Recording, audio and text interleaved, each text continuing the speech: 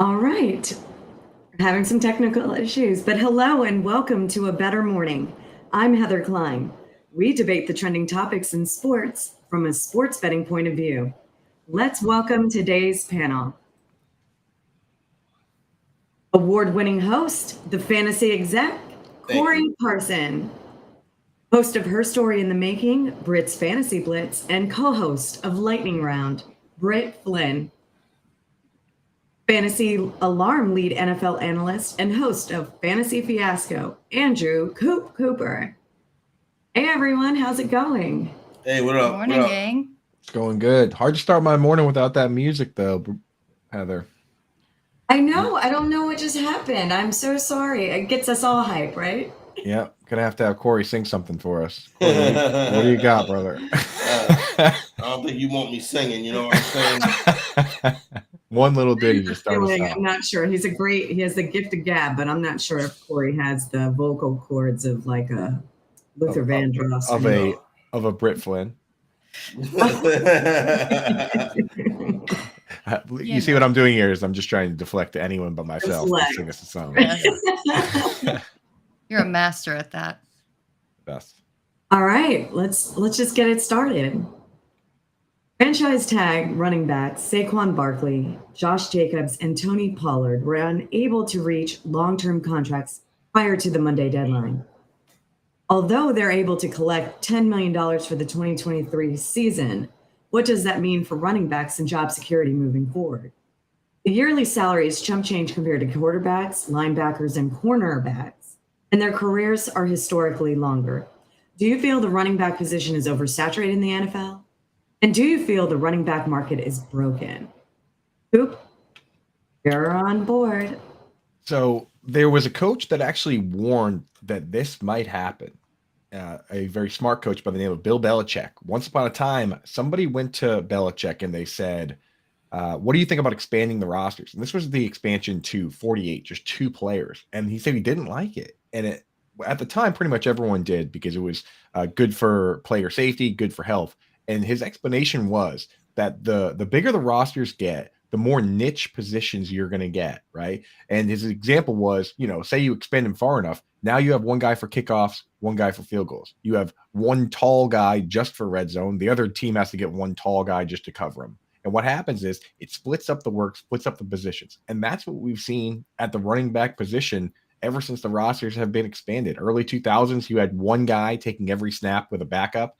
Now it's split so much and it's such a short shelf life position that these guys have mathematically figured out that you don't need to pay these guys that much. So honestly, it's the roster expansion that's the issue, and I'm not sure there's a quick fix for it. I think it's funny that we have guys like back in the day, Emmitt Smith retiring when he was 35 years old, took every single carry almost that Dallas had. And yet now we're saying that these rookies who are working out of committee backfields take on too much work and they run themselves out before they earn these other contracts. I think that the system is broken. And when running backs are run into the ground on their rookie contracts and then let go in free agency, there's a problem. You're completely exploiting their labor. And the last running back to receive an extension was Nick Chubb in 2021. It's been 2 years since a running back has seen an extension. Meanwhile, we're seeing 30-year-old injured wide receivers like Odell Beckham receive $18 million contracts. We really need to change the way that rookie running back contracts are structured in order to let these guys make their money while they can. And it's just incredibly exploitative, and it's a really bad look for the league. Yeah, I don't have a problem with the way the NFL is handling the running back situation and just the nature of NFL economics. Spoke yesterday about how in his rookie season, Saquon Barkley made $21 million. This season right here, Bijan Robinson's going to make $13 million. Well, MVP caliber quarterbacks Joe Burrow and Trevor Lawrence will each come in at $4 and $5 million apiece. Let's stop trying to act like running backs are going into the poorhouse. Now, so you say, okay, well, everybody's on an early round draft pick like a Saquon Barkley. Well, Alvin Kamara signed a contract extension, 5 years, $75 million. The team ain't been nothing ever since. Who else? Let's go to Austin Eckler, undrafted free agent. He signed a $25 million extension with $15 million in guaranteed money. Listen, everybody wants to get on social media and play the victim. if you've really got a problem with these running backs with their salary, don't go to social media. Go to your players union and go to DeMaurice Smith. Now, Smith is nothing but a shill for the NFL, not really a good runner of the Players Association, but this idea that running backs are oppressed because of their salary is absolutely ridiculous. You got 3 running backs, got franchise tag this year. They're about to make $10 million a season. One of them was even, come on, doesn't make any sense right now. So let's calm down the hyperbole with this running backs are not getting paid properly. So I don't think that it's a hyperbole at all. And yes, the solution would be to go to your players union and your players association, but the next arbitration doesn't occur until 2030. That's 7 years. I mean, these players will be well out of the league at that point in time. There's so much more to be done, and people are going to stop playing running back. The product is going to dilute. I think that it is. The product of the NFL is going to be diluted because people are going to realize that they're not going to be able to get a fair wage in comparison to other players. Well, there's things that can be done to a certain degree in the meantime. It's not like every single thing is set in stone. One of the things that I think could help alleviate this are the positional tags, right? Like the biggest example is a guy like Mike Gesicki, where he played 90% of his snaps at wide receiver, yet they get to tag him as a tight end. And that's a difference of like $8 million, right? You look at a guy like Austin Eckler. This guy, over the last 4 years, he's top 30 in receptions. He has 50 more receptions than Deebo Samuel, yet Deebo Samuel, he gets paid 4 times as much money as him. $24 million a year versus $6 million a year.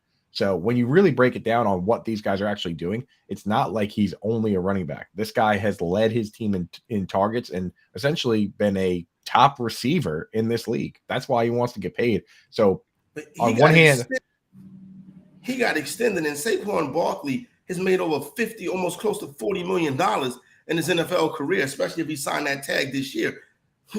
They're not being paid fairly. Dudes is signing franchise tags and making $10 million a year. That's pretty fair. You know what I'm saying? Like, this is Josh Jacobs, who's essentially had 2 good seasons in his whole career.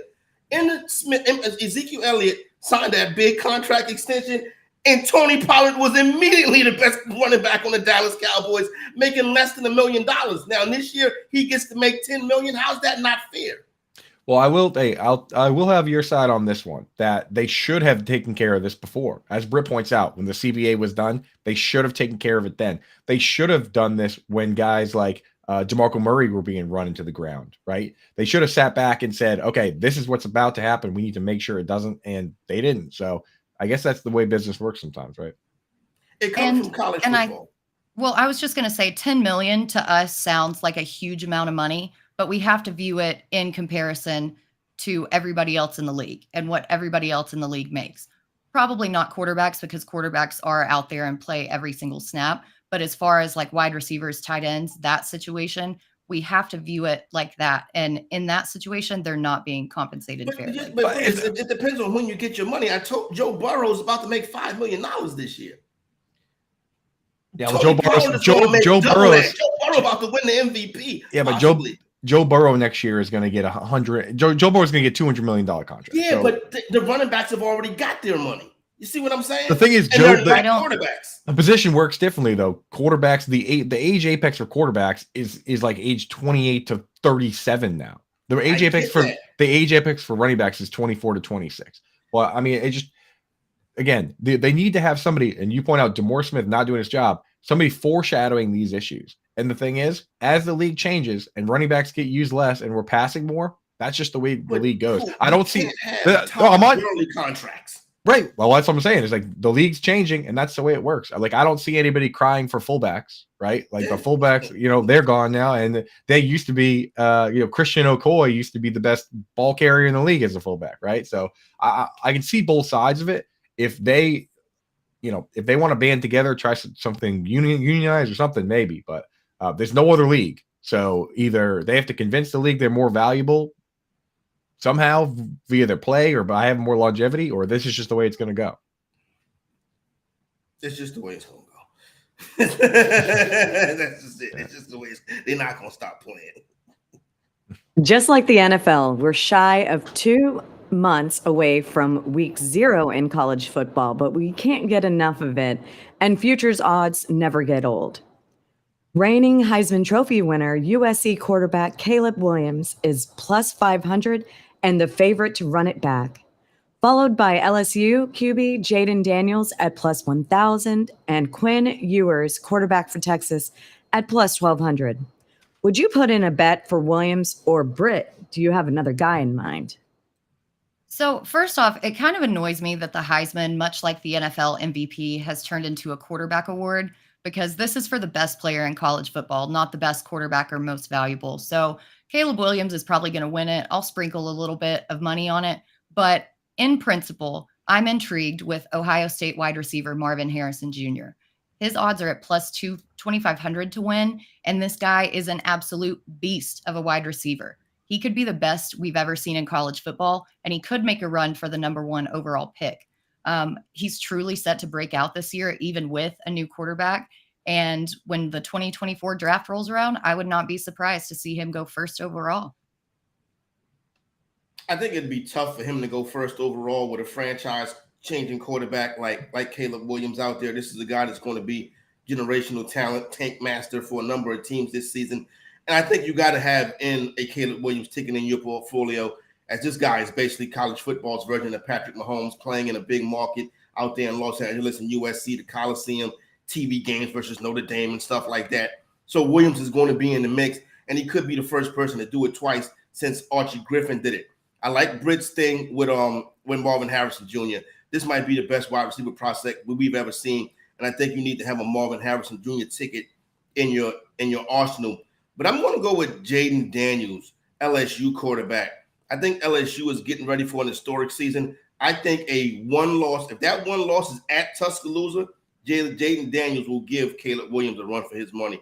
So those three, Harrison Jr., Jaden Daniels, and Caleb Williams. Oh, and a sprinkle on Shedeur Sanders. Yeah, so just bet everybody, and then why not? Well, I'll tell you the truth. My policy on the Heisman Trophy, especially in recent years, has been to do the opposite. I not even virtually, I have never bet on the Heisman Trophy, especially when we live in the age of business decisions. When you look around the league nowadays, these guys can actually decide not to play when healthy because they might get hurt. And everybody looks around and says, yeah, that's a pretty good idea. So when you look at the odds to win the national championship, these guys aren't, USC's not even in the top 4, right? There's a chance they might not even be playing for the playoffs, in which case guys like Caleb Williams just say, hey, I've already won a Heisman Trophy. I'm just going to move on, get ready for my real job that's going to start soon. So for me, I shy away from this just because there's so many teams, there's so many variables, and there's so many instances where guys say, you know what, let's just get ready for the NFL.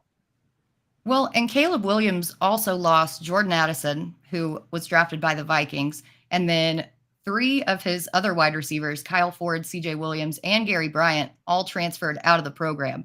So I think that that's going to have a little bit of a hit to his stock, depending on how these young next in line come up. And I want to hit on what Dustin said in the chat. We just had a wide receiver win the Heisman 3 years ago. Yeah, we did. But if you look at even the past 10 years, there have been 2 players, Derrick Henry and Devontae Smith, who have won the Heisman and haven't been quarterbacks. So it is turning into a quarterback award. Yeah. To your point, it is big test time now for Caleb Williams because, we've seen before guys that were heavily favorites, being drafted in the Canton to, campus to Canton leagues, first overall, a guy like Sam Howell, where when his weapons all left to go to the NFL, his stock tanked. He ended up a 5th round pick. He ended up going to the team with Diami Brown, and Brown got better draft capital than him. His own weapon that after he left, he couldn't really make much happen. So obviously we love Caleb Williams, but this is a big test. If Caleb Williams ain't Sam Howell, you know what I'm saying? Yeah. It's a little bit different, but I do get what you're saying. And then Sam Howell had to go into Virginia Tech on a Friday night to start the season, and then just unraveled after that. I think the second year, and once again, I do not believe that weapons make the quarterback. I think that the quarterback makes the weapons. But I think in his second year in Lincoln Riley's system, I think he'll be even better. I think he knows he has a chance to do something special, and I think he's going to go for it. Tim Tebow didn't win the thing twice. This guy could win it twice, and As a matter of fact, he's the favorite to do so. Yeah. I mean, if that's the thing, that's a beautiful thing about the test. You got to love having it, especially if you're going to be the guy picking at one. Because if this guy can do it with entirely different weapons, now there's no qualms, right? Let me ask you this. I pose this question to both of y'all. Arizona Cardinals get the first pick of the draft. It's over for Kyler Murray, right? For sure. Has to be. New regime. Mic drop. There has been an influx of professional and retired athletes hosting entertaining podcasts like New Heights with the Kelsey Bros, I Am Athlete with B. Marsh, Pac-Man Jones, and Shady McCoy, and of course, the Pat McAfee Show. Which professional athlete, active or retired, would you like to see starting their own podcast? Corey, you're up. I think people that's out there now are doing a pretty good job, and I think it's fascinating to see guys like Paul George and Podcast P do his thing, you know what I'm saying? Not to mention the Pivot, you know what I'm saying? Ryan Clark and those dudes do a fantastic job in the Raw Room, and you're really seeing, you know, some talented, you know, professional athletes who are doing very good in the broadcast realm. But it's time to fire up the microphone for the showstopper. Antonio Brown podcast would be everything that we need in American journalism right now. My man AB dishing on what's going on in the NFL, sharing all of his secrets, talking about all of his time and crazy stories. He's going to need a co-host to keep him in track, but Antonio Brown is the podcast that we all need. Shout out to my man AB84, AB forever. Oh my, that would be a nightmare. I got the perfect co-host guest for him, Bill Belichick. That'd be awesome. Yeah, Bill Belichick just grunts a couple times, then Antonio Brown does a rap song. That's the show. Now, I got a guy right here that everybody loves. Honestly, while he's in the league, the policy for Hard Knocks should be whatever team this guy plays for, they just go and follow him around. And that guy is Jamal Williams. This guy is electric. I mean, what other player after a rain game compared himself to SpongeBob, right? This guy, he's not afraid to cry on camera. He's not afraid to talk about his real passions, things like, you know, cartoons and anime that other guys are embarrassed to talk about. There's nobody I think would be more open, more funny than Jamal Williams, and he also has an amazing accent. So get that guy behind a microphone immediately. And not only is he not afraid to cry, he's not afraid to switch moods and personalities like that. Like, it's wonderful. But Coop, I can't believe that you didn't pick Rob Gronkowski. I think he would be an absolute gem on a podcast. He's delivered some of the best sound bites ever when he's been mic'd up, saying that he doesn't watch film, saying that O-linemen are just sexy, and giggling all over the place. Like, I think he would be a great watch. He doesn't take himself seriously. He fully embraces his big, goofy personality. And his family already has a podcast because he comes from a family of super athletes, so he's already got it in. Branching out on his own would be perfect for him. And the ones he's guested on have been hilarious. And I need more Gronk in my life. Gronk, dude. That Gronk would be, the Gronk one would be perfect, but sometimes I'm watching him and I'm like, this guy cannot be a real person. Did you ever see the clip of him with Scott Zolak, former Patriots quarterback, talking about his favorite superpower? Zolak asked Gronk what his favorite superpower would be, and Gronk's like, you know, I'd pick like a time machine. And Zolak's like, oh yeah? He's like, yeah, I'd do time machine so I could just be like, snap, and I would just be in Florida right now. And Zolak's like, you mean like a transporter then? And Gronk's like, yeah, not a time machine. Gronk's like, yeah, is that a superpower? And Zolak like, sure, dude. Like, this guy, man. You wonder what goes on in his brain. He's missing The something. Splash Brothers would be cool. Steph Curry and Klay Thompson, you know what I'm saying? Obviously, their championship history and stuff like that. You know, just coming into the league and being friends and going through that, I think would be pretty cool as well. And listen, and Rob Gronkowski, that's not a bad idea right there either. But yeah. I think it's interesting to see a different perspective from the athletes. You know what I'm saying? And I think they make the other athletes more comfortable. Interesting to see who replaces Shannon Sharp. I think it's going to be LaShawn McCoy, which I would love that. You know, I'll tell you this, Corey. You mentioned Paul George's podcast. Man, he is unbelievable. Why is that podcast so good? He's a natural broadcaster. He's the best. It's amazing. Yeah, I would have never thought that. You know what I'm saying? Yeah, he's awesome, man. Maybe you know what would be cool from a basketball perspective is maybe some of these guys like Goran Dragic or these dudes get together and talk about the European game, maybe grow the game a little bit in that way, dude. Because to be honest, Luka, yeah, like Luka, Jokic, like those guys, and grow the game that way. Because to be honest, like I don't know if we need another basketball podcast outside of Paul George.